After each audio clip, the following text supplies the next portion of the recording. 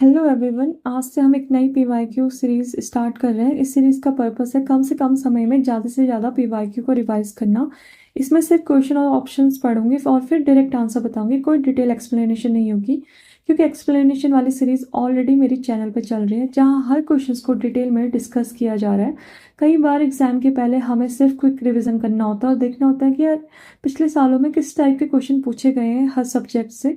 तो ये सीरीज उसी पर्पज़ के लिए है। हम यूथ कंपटीशन की बुक के 6000+ क्वेश्चंस को टारगेट करेंगे और धीरे धीरे सब कवर करने की कोशिश करेंगे। तो अगर आप भी अपनी रिवीजन को फास्ट और इफेक्टिव बनाना चाहते हैं तो इस सीरीज़ के साथ जुड़े रहिए। चलिए शुरू करते हैं हम। पहला क्वेश्चन क्या कह रहा है? The bright outer layer of the sun is known as. तो ऑप्शन दे रहे कि हमारे photosphere, B ionosphere, C mesosphere, D है आपका सन स्पॉट। तो मैंने ये बहुत अच्छे से एक्सप्लेन करा है। इसकी सारी लेयर्स आपकी पीवाईक्यू सीरीज में 2024 वाले में स्टार्टिंग में ही आ जाएगा। फर्स्ट सेकंड थर्ड क्वेश्चन पे ही है ये वाला, तो आप देखना इसको बहुत अच्छे से मैंने एक्सप्लेन करा है। तो इसका आंसर हमारा फोटोस्फेयर। क्यों? क्योंकि आइनोस्फेयर मीजोस्फेयर के आपका अर्थ के एटमॉस्फेयर की लेयर है, तो ये बिल्कुल नहीं हो सकते। सन स्पॉट के आपका फोटोस्फेयर वाली लेयर में क्या एक डार्क स्पॉट होता है, ये आपकी कोई लेयर वेयर नहीं है वहाँ पे। अब आते हैं next question. Combination satellites are station in which atmosphere layer. तो पहला ऑप्शन है एक्सोस्फेयर, बी है स्ट्रेटोस्फेयर, सी है आइनोस्फेयर, फिर डी है ट्रोपोस्फेयर। तो इसका आंसर आपको क्या लगता है? सोचिए। तो इसका आंसर हमारा आइनोस्फेयर। जैसा कि आपको पता है जितने भी आपकी कम्युनिकेशन सैटेलाइट होती है वो सारी की सारी स्टेशन होती है कहाँ? आइनोस्फेयर में। और जो आइनोस्फेयर होता है ना हमारा, वो अबंडेंट लेयर्स होता है किसका? इलेक्ट्रॉन और आयनाइज्ड एटम्स एंड मॉलिक्यूल्स का। ठीक है। अब क्या होता है, जो आइनोस्फेयर लेयर्स होता है वो हेल्प करता है किसमें? रेडियो ट्रांसमिशन में करता है। किसमें हेल्प करता है? हमारा रेडियो ट्रांसमिशन में हेल्प करता है। और क्या करता है? रेडियो वेव्स क्या करता है? ट्रांसमिट करता है कहाँ से? अर्थ से, and then earth are reflected back to the earth by this layer. तो इसका आंसर हो गया हमारा आइनोस्फेयर। फिर आता है ब्लैक होल। ब्लैक होल का क्या है? पहला ऑप्शन दे रखा है do not emit any radiation. फिर बी है आपका convert UV rays into infrared rays. C absorbs all the radiation flowing passing in its vicinity. फिर डी है आपका ये इमेजिनेटिव कॉन्सेप्ट है। तो आपको क्या लगता है इसका आंसर क्या होगा? इसका आंसर हमारा सी। जो ब्लैक होल होता है वो आपका क्या है? कॉस्मिक बॉडी होता है जहाँ पे आपकी ग्रेविटेशनल फील्ड क्या होती है? बहुत ज़्यादा स्ट्रांग होती है।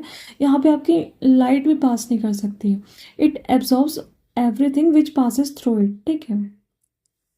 नेक्स्ट क्वेश्चन कह रहा है which of the following layer is not included in होमोस्फेयर। इसका आंसर आपका क्या? आइनोस्फेयर, ट्रोपोस्फेयर, मीजोस्फेयर और स्ट्रेटोस्फेयर। तो इसका आंसर हमारा आइनोस्फेयर। ठीक है।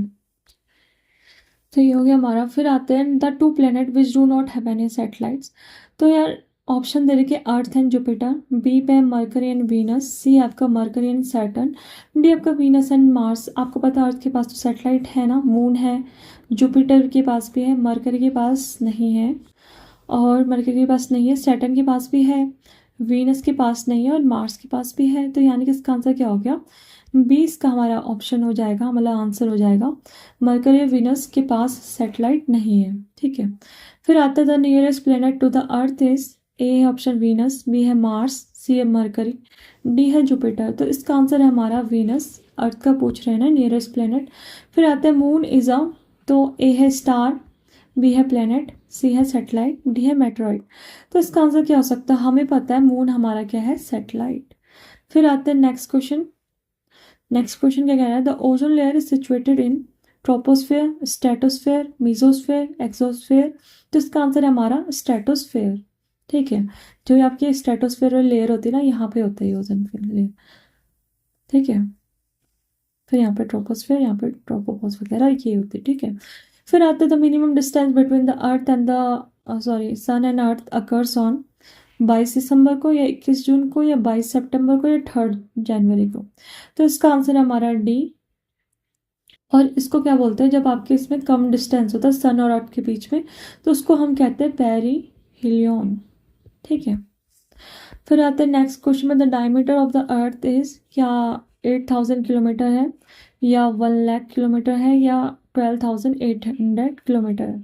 तो इसका आंसर है हमारा नन, क्योंकि जो आपका इक्वेटोरियल इक्वेटोरियल डायमीटर है ना, तो वो कितना है 12,756 किलोमीटर, ठीक है, जो इक्वेटोरियल डायमीटर है। फिर आपका जो पोलार डायमीटर है अर्थ का, तो वो कितना है, वो है आपका 12,714 किलोमीटर, ठीक है।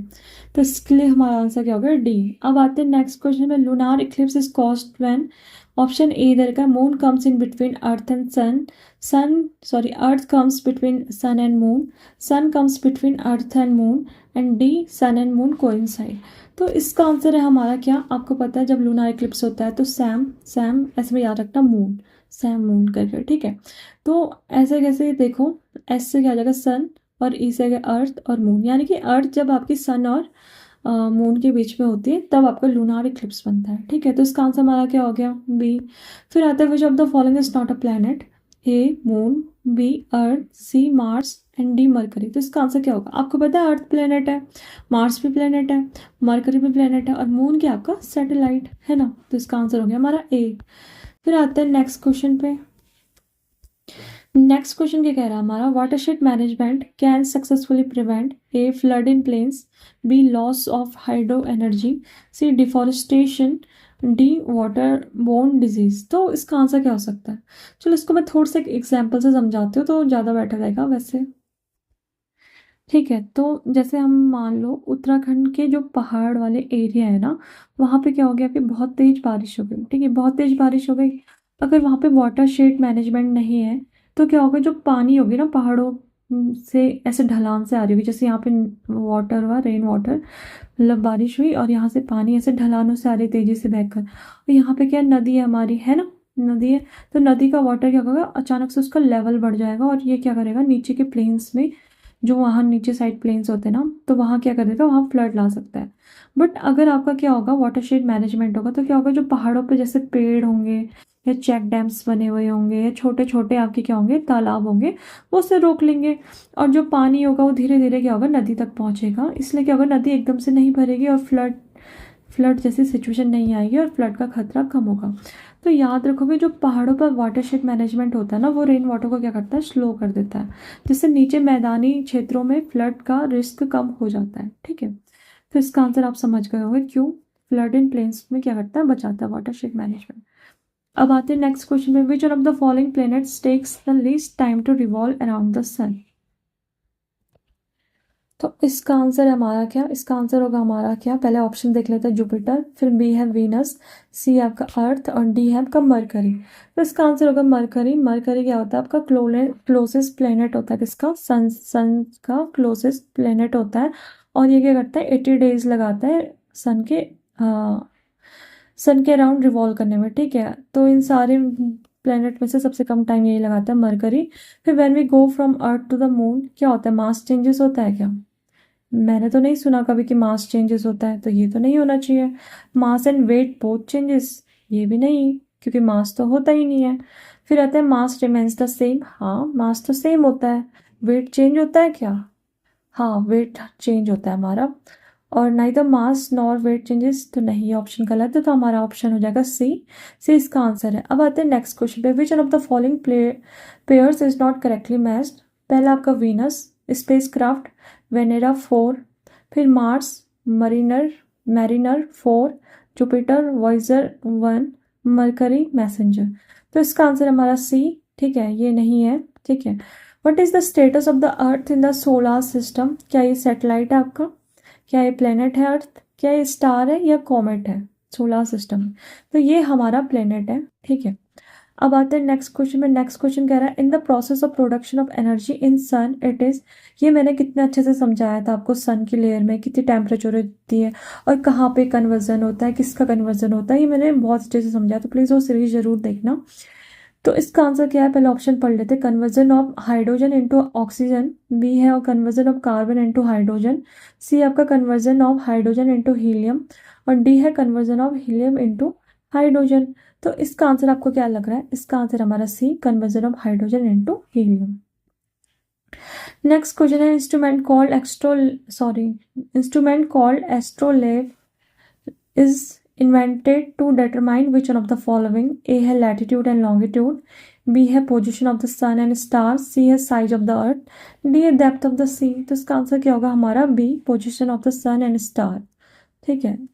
तो एस्ट्रोलैब को किस लिए इन्वेंट करा था, ताकि हम डिटरमाइन कर सके किसके सन और स्टार की पोजीशंस को। ठीक है, अब आते हैं हम नेक्स्ट क्वेश्चन पे, जो आपका टॉपिक है continents and countries and capitals and borders of the world. तो पहला आता है आपका Adam's Bridge lies in between the countries. A है option India and Sri Lanka, B है इंडिया एंड अफगानिस्तान, सी है इंडिया एंड पाकिस्तान, डी है इंडिया एंड बांग्लादेश। तो इसका आंसर हमारा हो गया इंडिया एंड श्रीलंका। ठीक है, इसका आंसर हमारा क्या इंडिया और श्रीलंका है। और जो एडम ब्रिज है उसको क्या बोलते हैं हम, राम सेतु ब्रिज भी कहते हैं। ठीक है, और ठीक है ये हो गया हमारा। अब नेक्स्ट आता है आपका, नेक्स्ट कह रहा है the largest city of Asia is, तो शंघाई है क्या, मुंबई है, ओसाका या टोक्यो।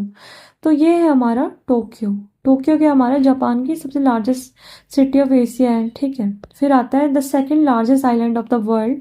क्या ये बोर्नियो है, क्या ये मेडागास्कर है, क्या ये न्यू गिनिया है या सुमात्रा है।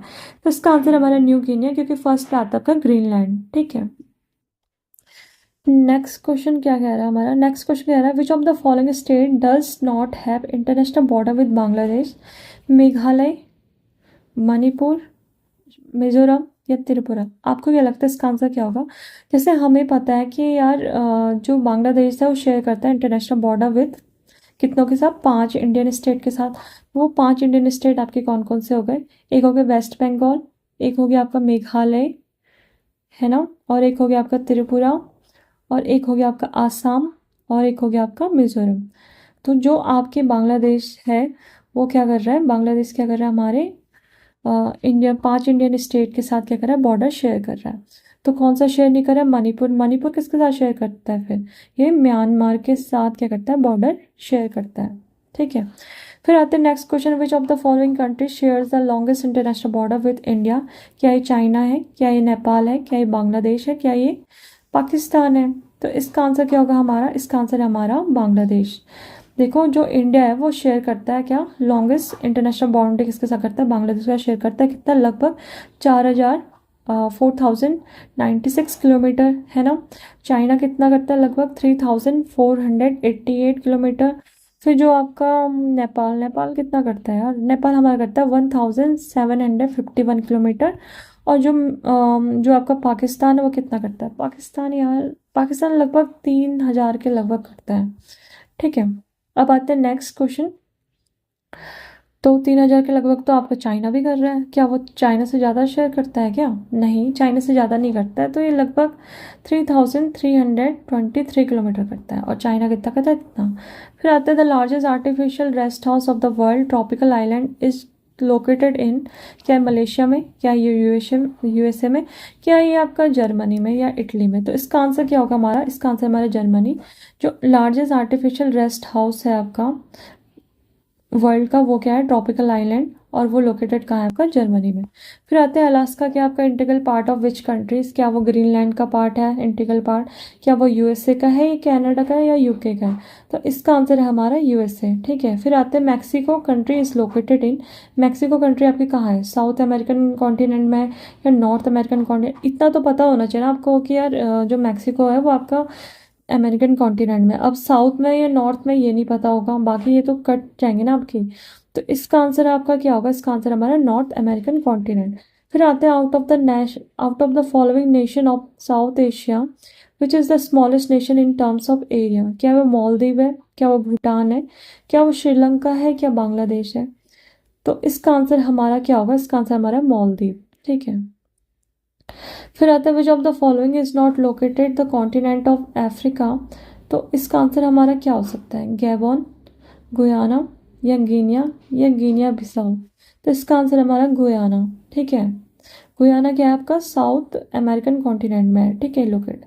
अब आते हैं हम नेक्स्ट क्वेश्चन में। नेक्स्ट क्वेश्चन क्या कह रहा है, कंट्री मंगोला, उज्बेकिस्तान, आयरलैंड, हंगरी। तो इसका आंसर क्या होगा, मंगोलिया का आपको पता है कहाँ है, मंगोलिया का तो यार कहाँ था, उलान बटोर में था। उज्बेकिस्तान को तो पता होगा, और किसी का आपको याद हो ना, उज्बेकिस्तान का क्या है, ताशकंद। क्या है, ताशकंद, नाम से ही लग रहा है ना, उज्बेकिस्तान ताशकंद। आयरलैंड का कहाँ है, डुबलिन, आयरलैंड का कहाँ है, डुबलिन। और हंगरी का कहाँ है आपका, बुडापेस्ट। ठीक है, तो इसका कौन सा ऑप्शन हो गया हमारा, सी। फिर आते हैं विच of the following is not a national capital of city. तो क्या हो सकता है, बॉन हो सकता है क्या, बॉन तो आपका वो है ना, लाइक वेस्ट जर्मनी का अर्लियर कैपिटल था, तो ये भी नहीं हो सकता आपका, है ना। फिर आपका क्या आ जाता है, कैनबेरा। कैनबेरा क्या आपका कैनबेरा बर्लिन क्या आपका कैपिटल है किसका, जर्मनी का करंट, है ना, तो ये भी नहीं हो सकता। तो क्या बीजिंग है फिर क्या, तो बीजिंग क्या आपका चाइना का कैपिटल सिटी है बीजिंग, तो ये भी नहीं हो सकता। तो इसका आंसर है न्यूयॉर्क, ठीक है। फिर आता है which of the following countries do not have coast along Mediterranean sea. तो क्या वो इटली है, क्या वो लीबिया है, क्या वो फ्रांस है, क्या वो जर्मनी है। तो इसका आंसर क्या होगा हमारा, जर्मनी। जर्मनी के पास कोई भी कोस्ट नहीं है मेडिटेरियन सी के, ठीक है। तो ये हो गया हमारा जर्मनी। फिर आता है विच one of the following countries is called land of Thunderbolt. तो इसका आंसर क्या होगा हमारा, नेपाल, श्रीलंका, बांग्लादेश या भूटान। तो इसका आंसर हमारा भूटान, ठीक है। और बांग्लादेश वाले इसको क्या बोलते हैं, ड्रक ड्रुक यू ड्रुक यू, ठीक है। फिर आते the far northern island of Japan is called Kyushu Shikoku Shikoku कैसे नाम है ना, क्यूशो शुकुकू होकाइडो होन्शु। तो मुझे तो जो लगता है ना, इसका आंसर क्या होना चाहिए, सी और डी में से होना चाहिए, होकाइडो या होन्शु में से। तो इसका आंसर हमारा होकाइडो।